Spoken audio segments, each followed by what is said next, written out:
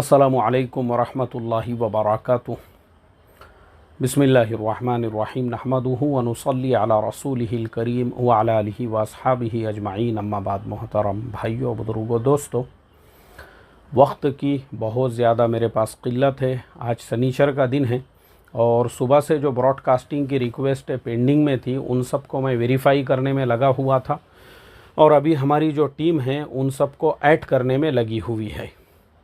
उस टाइम में से मैंने अभी ये थोड़ा सा टाइम निकाला हूँ, चूँकि इस उन्वान के ऊपर मैं थोड़ा सा कौम की रहबरी करना चाहता हूँ और मैं ये भी आप लोगों से रिक्वेस्ट करता हूँ कि ये वीडियो भारत में रहने वाले हर मुसलमान तक आप लोग पहुँचाए, ताकि आज मैं आपको दो बातें बता सकूँ।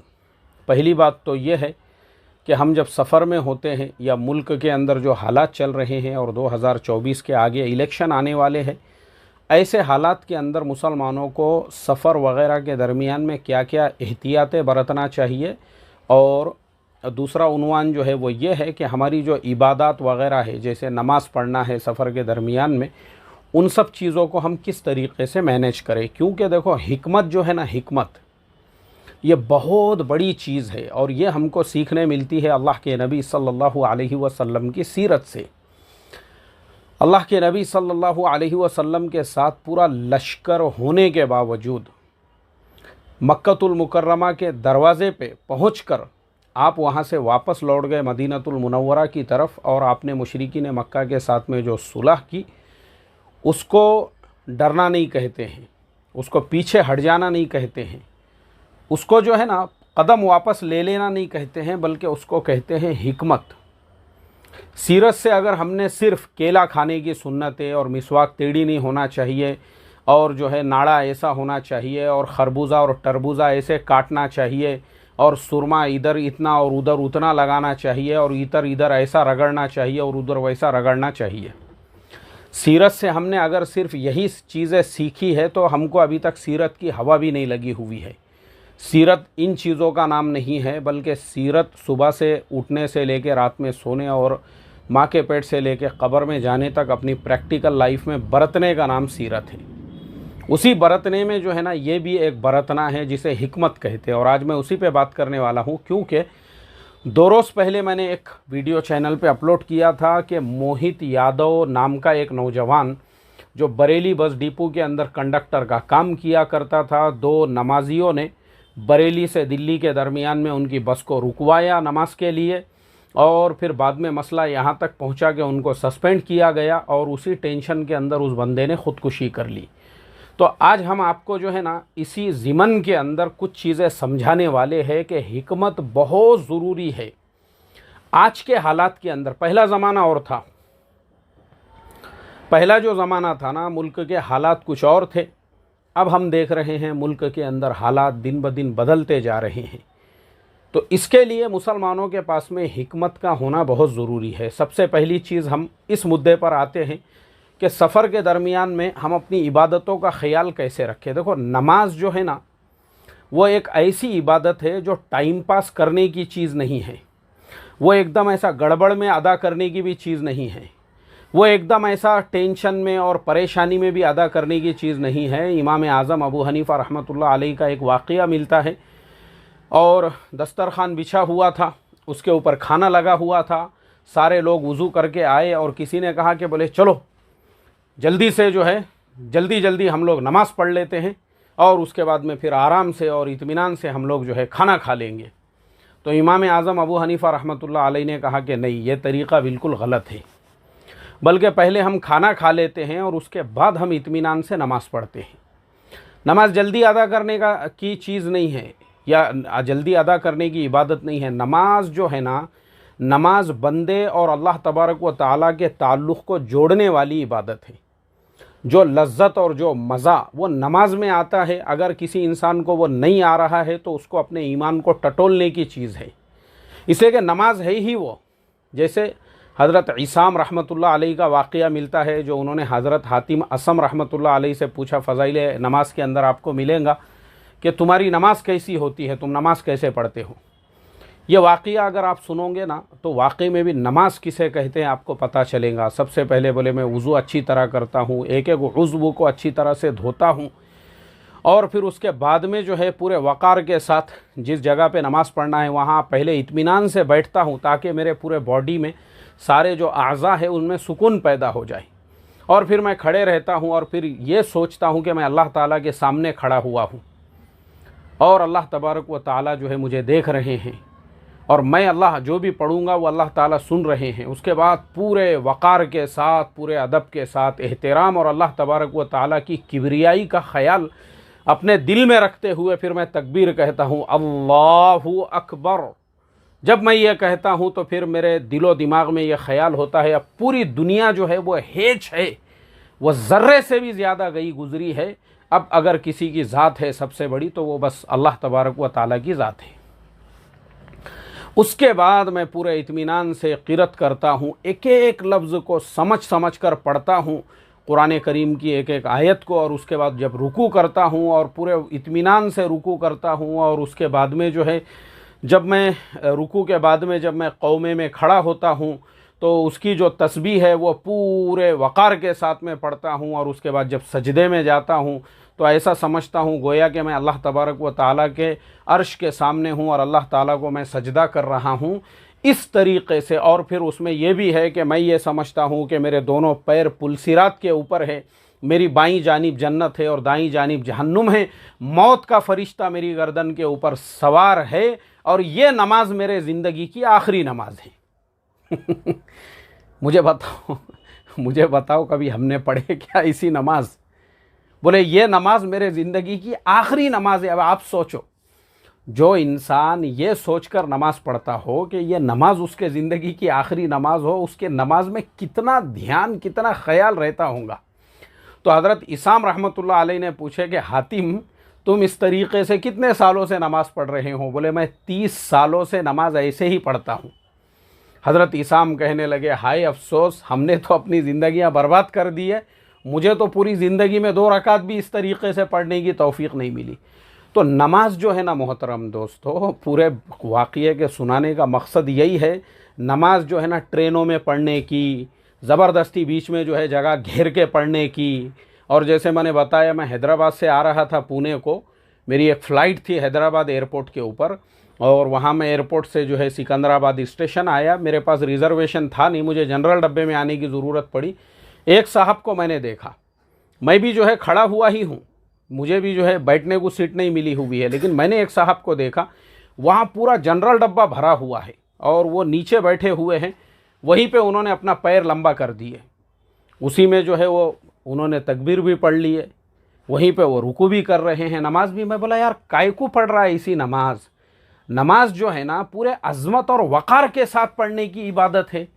यार नमाज पढ़ रहा है क्या तमाशा कर रहा तू? ये मस्जिद जो है पूरी पब्लिक चारों तरफ से जो है बैठी हुई है, और किसने कौन बताया या ऐसा तरीक़ा अपने घुटने पे ही सजदा करने का, और क़िबले वगैरह का कुछ पता नहीं, किधर गाड़ी जा रही है आ रही है। अब मैंने मेरी नमाज कैसी पढ़ा मैं आपको बताता हूँ।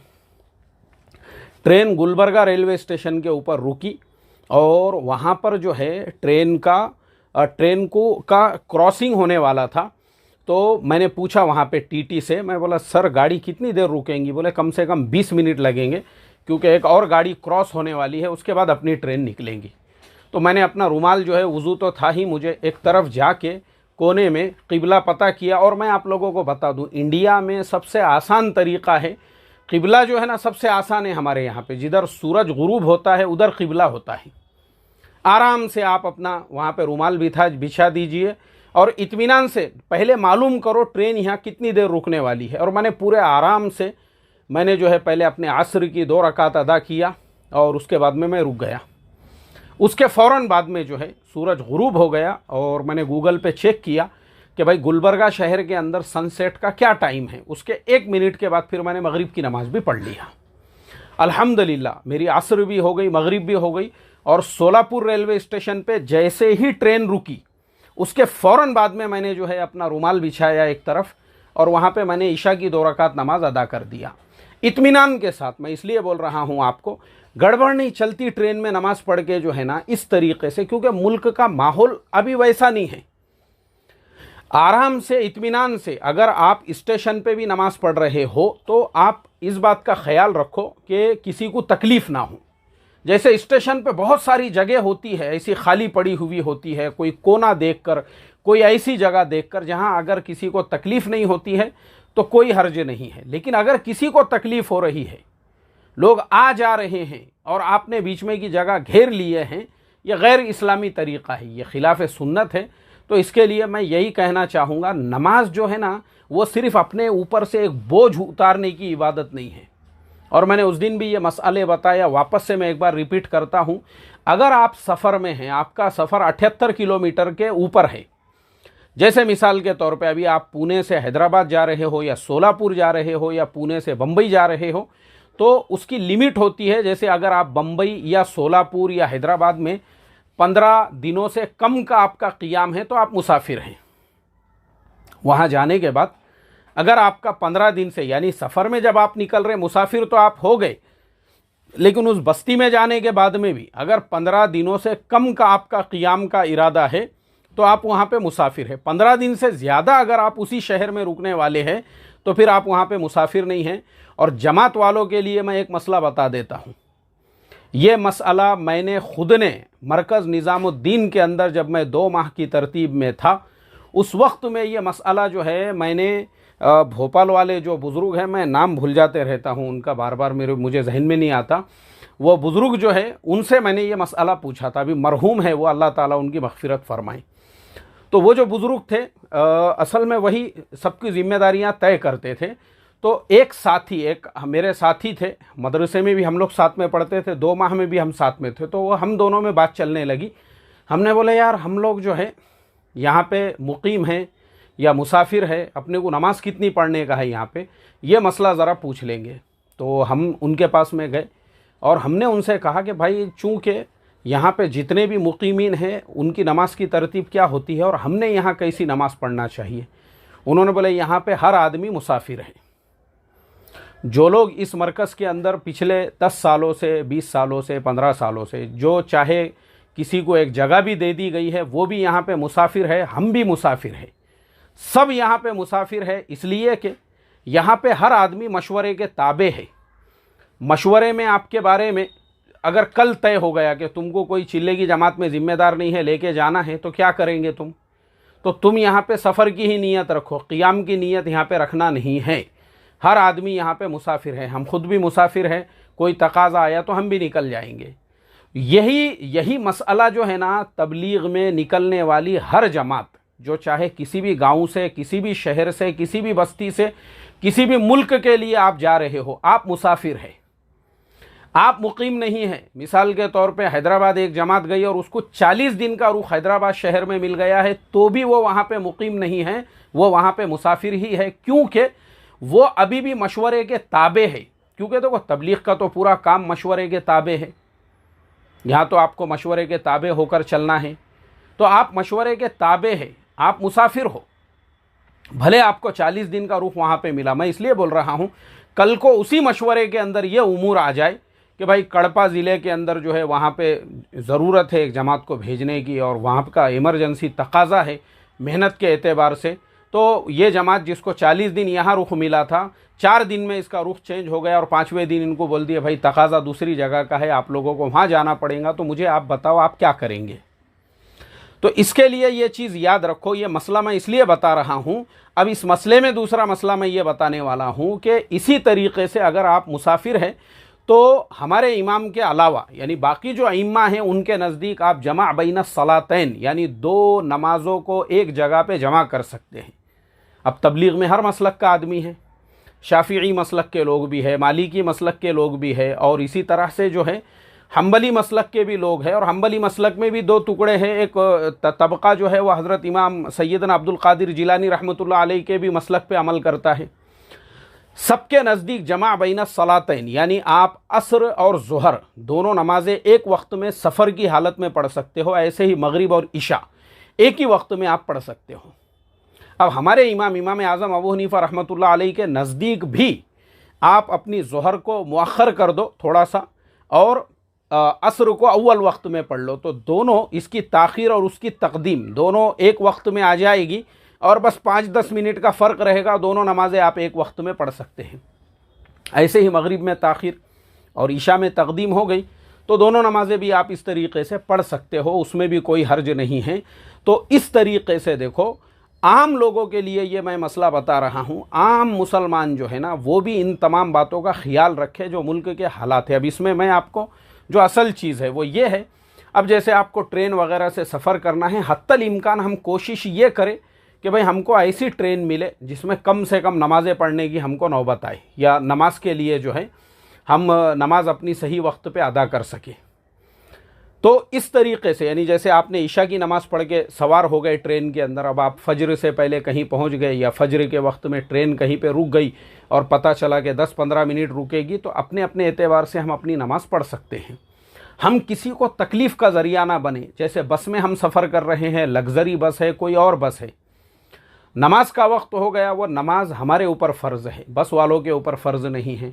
अब बस में दूसरे भी लोग सफ़र कर रहे हैं, अब बस किसी ढाबे पे रुक जाती है, अब हमारी ज़िम्मेदारी ये है हम अपनी नमाज को अपने एतबार से अदा करें। क्योंकि आजकल तो अल्लाह का करोड़ों दर्जे शुक्र ये भी है कि हमारे मुल्क के अंदर अक्सर ढाबों पे नमाज़ पढ़ने के लिए गुंजाइश है और नमाज़ पढ़ने के लिए वहाँ पे जगह का इंतज़ाम होता है। तो इस तरीके से हम वहाँ पे अपनी नमाज़ों का एहतमाम करें। तो सफ़र की हालत के अंदर ये मसाइल हम याद रखें कि हम अपने बस्ती से जब निकल रहे हैं, मगरिब बाद हम निकल रहे हैं, हमने देखे ईशा का वक्त करीब है, तो ईशा की भी नमाज़ हम पढ़ ले अव्वल वक्त में और दोनों नमाज़ें हमारी हो गई। आप सफ़र में हैं तो आपको 4 रकात वाली नमाज़ सिर्फ 2 रकात पढ़ना है। 78 किलोमीटर से ऊपर अगर आपका सफ़र है, आप ज़ोहर की 2 रकात पढ़ेंगे, असर की 2 रकात पढ़ेंगे, ईशा की भी आप 2 रकात नमाज़ पढ़ोगे। 4 रकात वाली नमाज़ आपको 2 ही रकात पढ़ना है और अल्लाह ताला ने आपके लिए सुन्नतों और नवाफिल को माफ़ कर दिया हुआ है। अगर आपको सहूलत है, जैसे आप किसी गाँव में पहुँच गए, अब आप मस्जिद के अंदर है और आपके पास फुर्सत का टाइम है, तो आप अपनी पूरी नवाफिल पढ़ो। आप पूरे वो जो है वहाँ पे पूरी नमाज़ों का अहतमाम करो आप अपने एतबार से। जो आपकी और नफल नमाज़ें हैं जैसे अवाबिन वगैरह है, कोई हर्ज नहीं है उसमें।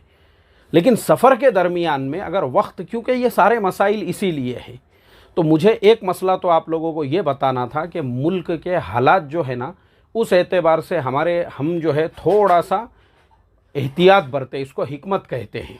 और मान लो अगर कोई गुंजाइश ही नहीं मिल रही है, ना ट्रेन के अंदर गुंजाइश है, ना रेलवे स्टेशन पे कहीं पे गुंजाइश है। ट्रेन में तो मैंने कहा हूँ आपके को कि वो बीच में खड़े रह के नमाज़ पढ़ना ही गलत है, तो ट्रेन के अंदर हत्तल इम्कान हम इस चीज़ से परहेज़ करें। लेकिन अगर किसी स्टेशन पे ट्रेन इतनी देर नहीं रुकी है और वहाँ पे भी अगर नमाज़ पढ़ने के कुछ मसाइल, क्योंकि मुल्क के मुख्तलिफ़ इलाक़ों के माहौल मुख्तलिफ़ हो चुके हैं, मुल्क हमारा बहुत बड़ा है। कुछ इलाक़ों के अंदर अगर हम प्लेटफॉर्म पे भी नमाज़ पढ़ते हैं तो उस पर भी मसाइल पैदा हो रहे हैं। ये सारे हालात के अंदर हिकमत का तकाज़ा यही है कि हम सब्र व तहम्मुल रखें, अल्लाह ताला से जो है इस्तिग़फ़ार करते रहे, दुआ करते रहे कि अय अल्लाह, मैं माज़ूर हूँ, मैं मजबूर हूँ, और आपकी जितनी नमाज़ें सफ़र के दरमियान में रह जाती है, अब अपने मकाम पे पहुँचने के बाद सफ़र की छूटी हुई नमाज़ों को आप कसर ही करोगे, वो पूरी पढ़ने की ज़रूरत नहीं है आपको। सफ़र के दरमियान में आपकी ज़ोहर असर छूट गई थी, मगरिब के वक्त में आप अपने गाँव पहुँच गए, तो उस वक्त में जो असर और ज़ोहर आपकी छूट गई, वो 2-2 रकात ही आपको अदा करना है, पूरी पढ़ने की ज़रूरत नहीं अपने गाँव पे पहुँचने के बाद में भी। लेकिन मैं अल्लाह की ज़ात से ये उम्मीद करता हूँ कि ये जो आपका उज़्र है, वरना फिर क्या होगा, ये मसाइल होंगे। या फिर दरमियान में हमने पिछले दिनों में भी बहुत से वाक़ियात देखे कि मदरसे के कुछ तलबा को और वहाँ के असातिज़ा को, वो बेचारे नमाज़ पढ़ रहे थे तो उठा के उनको जो है उनके ऊपर कार्रवाई की गई। ये चीज़ जो है ना, पहले तो मुल्क के कानून के भी ख़िलाफ़ है, यानी नमाज़ पढ़ना नहीं बल्कि उनके ऊपर कार्रवाई करना। मगर हमारा प्रॉब्लम ये है कि हमारे पास हर इलाके में वकील नहीं है जाके लड़ने के लिए और वहाँ ये बोलने के लिए। तो इसके लिए एहतियात, क्योंकि ये चीज़ें जो है ना, लोग ज़्यादा उछाल कर इसको मुद्दा बनाने के लिए लोग मौके की तलाश में है। एक चीज़ तो ये हो गई। दूसरी चीज़ ये है कि हम कहीं पे भी सफ़र कर रहे हो ना तो अपना जो आधार कार्ड है उसका, हम आधार कार्ड सिर्फ 50 रुपये में, उसकी वेबसाइट पे आप जाओ, रिक्वेस्ट करो तो आपके घर को भेज कर देते ऐसा कार्ड, वो सिर्फ 50 रुपये में मिल जाता है। और अगर वो नहीं है तो जो आजकल जेरोक्स की दुकान वाले वगैरह भी बना के देते हैं वो 100 रुपये लेते हैं उसके, वैसा एक आधा कार्ड बना के हम हमेशा अपने पास में रखें, अपना मतदान कार्ड अपने पास में रखें, अपने घर का प्रॉपर एड्रेस अपने पास में रखें। और इसी तरीके से हम जहाँ पे भी सफ़र कर रहे हैं, जब तक अपने घर पे हम बखैर व आफियत नहीं पहुँच जाते, रास्ते के सारे टिकट वो भी हम अपने जेब के अंदर रखें। जैसे मिसाल के तौर पे आप बम्बई गए, वहाँ लोकल में वो जितना आपने सफ़र किया वो टिकट फेंकने की ज़रूरत नहीं, उनको रखो अपने जेब में। अब मिसाल के तौर पे आप पुणे को आ गए रात में 3 बजे, 2:30 बजे, 4 बजे, अब आप रेलवे स्टेशन से अपनी बाइक के ऊपर अपने घर पे जा रहे हो, आपके पास वो टिकट होना चाहिए। और वो इसलिए होना चाहिए, अब रास्ते में अगर आपको पुलिस वालों ने रोक दिए, अगर आप बाइक के ऊपर है, अगर आप रिक्शे में भी है और उन्होंने आपका सामान चेक किया और आपसे पूछे कि भाई कहाँ से आ रहा था, किधर है तेरा टिकट, भाई साहब देखो मैं बम्बई गया था, और उनको हर चीज़ आप सच सच बताओ। ये देखिए मैं बम्बई गया था, ये मैं बम्बई से अभी आया हूँ रात में 2:30-3 बजे, और बम्बई में जो है मैं सुबह गया था या मैं कल गया था, और ये मेरा जाने का टिकट है, और बम्बई में मैंने इतनी लोकल बदला और मैंने ये किया, और देखो ये मेरे बम्बई के भी टिकट है, और अभी मैं मेरे घर पे जा रहा हूँ। अच्छा चलो ठीक है, आप उनको मुतमईन कीजिए, क्योंकि ये उनको राइट दिया हुआ है मुल्क के कायदे ने, कानून ने, गवर्नमेंट ने।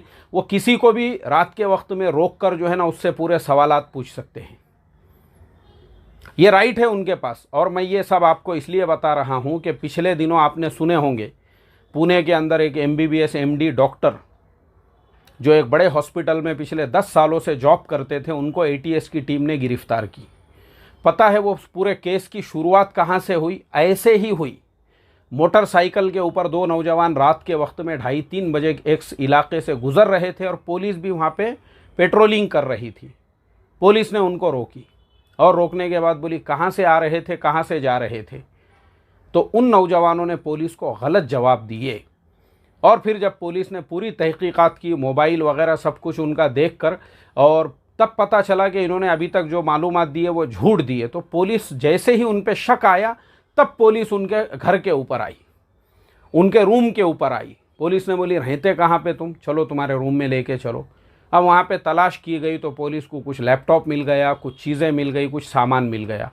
अब वो 2 नौजवान को तो ATS ने लेके गई ही गई, उसके अलावा जिसके घर में ये किराए से रह रहे थे उसने भी जो है एग्रीमेंट नहीं बनाया हुआ था, वो घर वाले को भी पुलिस वालों ने उठा के लेकर चले गए। ये 3 जन गए। उसके बाद में फिर उन लोगों से और कुछ लोगों के नाम पता चले, पुलिस ने बाद में उनके ऊपर भी कार्रवाई की। उसमें एक MBBS MD डॉक्टर साहब, आप सोचो MBBS MD छोटा मोटा डॉक्टर नहीं रहता, इतने बड़े डॉक्टर पे भी कार्रवाई की गई, वो डॉक्टर को भी पुलिस ने उठा के लेकर चले गई। ये सारे वाक़यात की शुरुआत कहाँ से हुई? ऐसे ही मोटरसाइकिल पे रात के वक्त में गुजर रहे थे, पुलिस ने रोकी और उनको सही जवाब नहीं दी है। उनको जो है गलत जवाब देने की वजह से जब उन्होंने सही से तहकीक किए तो पता चला है तो झूठ बोल रहे हैं। तो इसके लिए मुल्क के हालात सही नहीं है, मेरे बताने का मकसद यही है। ऐसे हालात के अंदर हमारी ये जिम्मेदारी बनती है, हम कहीं पे भी सफ़र करो, अगर हमने ऑनलाइन टिकट बुक किया है तो पूरे मैसेज हमारे पास होना चाहिए। अगर हमने जो है ऐसा टिकट लिया है जैसे मैंने अभी आपको बताया, ये सारी चीज़ें हमारे पास में आज के हालात के अंदर, आप कहीं पे भी सफ़र कर रहे हो, जैसे मिसाल के तौर पे एक जमात सफ़र कर रही है, अब जमात के सारे साथियों के पास में उनका आधार कार्ड होना चाहिए, सारे साथियों के पास में उनके डॉक्यूमेंट्स होना चाहिए। अभी हमने देखे कोरोना के ज़माने के अंदर किस तरीके से जो है हालात का हमको शिकार होना पड़ा और बहुत सारे मसाइल जो है दरपेश आए। तो ये सारे जो मसाइल है ना, अभी चूँकि इलेक्शन है सामने, मेरी बात को समझो आप। बहुत सारे लोग बाद में जो है मेरी बातों को ये बोलकर मार्केट के अंदर चलाते हैं, देखो अपने ही कौम के लोगों को जो है, ये अपने ही कौम के लोगों को जो है बुरा भला बोलते हैं। अरे भाई, मैं बुरा भला नहीं बोलता हूँ, मेरी हैसियत आप लोगों के लिए एक वालिद की तरह से है। एक बाप जो है ना, एक बाप जब अपनी औलाद को डांटता है और वो बोलता है अरे चल निकल घर में से, आया क्यों तू। आपने देखे होंगे वो सलीम भाई जो है हैदराबाद वाले, सलीम जहांगीर, उनके एक वीडियो में मैंने देखा था, उनके अब्बा उनको ऐसी मार के घर से हकालते और बोलते जाओ, तुम्हारा मुर्दा ही घर पे वापस आना चाहिए, मतलब तुमने जिंदे आना ही नहीं, मेरे घर पे आना ही नहीं बोले तुमने, अब बस तुम्हारे मैयतों कुछ लेके आओ तुम। इसका मतलब ये नहीं रहता कि वो बाप ये चाहता है कि उसकी औलाद मर जाए या उनका जो है इस तरह से वो हो, बल्कि वो औलाद को जो डांटता है वो मोहब्बत में, और उनकी तालीम और तरबियत के लिए। हम जो ऐसा कुड़ कुड़ के बोलते हैं ना आप लोगों को, हमको भाई आपसे नफ़रत नहीं है, किसी से हमको दुश्मनी नहीं निकालना है, किसी से हमारी कोई ज़ाती दुश्मनी नहीं है। हमारी कौम बहुत सीधी सादी भोली भाली, हमारी कौम को जो है ना ये अंदर की ये सारी बातें पता ही नहीं होती है कि हम ये छोटी छोटी, हम बहुत मामूली चीज़ समझते हैं इसको, और ये मामूली चीज़ आगे चलकर इस तरह के मसले मसाइल पैदा होते हैं। तो इसके लिए मुझे ये दो बातें ख़ास तौर पे आपसे बात करनी थी, इसके लिए मैं ये पैगाम आप तक पहुंचा रहा हूं। और मेरी दरख्वास्त है, अगर आपको ये लगता है हर मुसलमान ने ये पैगाम सुनना चाहिए और मोहतात रहना चाहिए आज के ज़माने में सफ़र वग़ैरह के दरमियान में, तो इसका आप लोग जो है ज़रूर ख्याल रखो और इसको दूसरों तक भी आप लोग पहुंचाओ। और इसका मैं दूसरा पार्ट भी जो है ना अपलोड करूँगा अभी। जैसे हम दूसरे मुल्कों को जाते तो क्या एहतियातें ज़रूरी है, अपने लिबास में क्या क्या एहतियातें ज़रूरी है, क्योंकि हमने देखे जो जयपुर एक्सप्रेस में वाक़या पेश आया वो सिर्फ़ लिबास की वजह से। हालात इतने ख़राब है आज के, मेरी बात समझो। तो मैं लिबास पे भी आगे बात करने वाला हूँ, वो अगले पार्ट में इंशाअल्लाह। दुआओं की खुसूसी दरख्वास्त है आप सब लोगों से। अस्सलामु अलैकुम व रहमतुल्लाहि व बरकातुहू।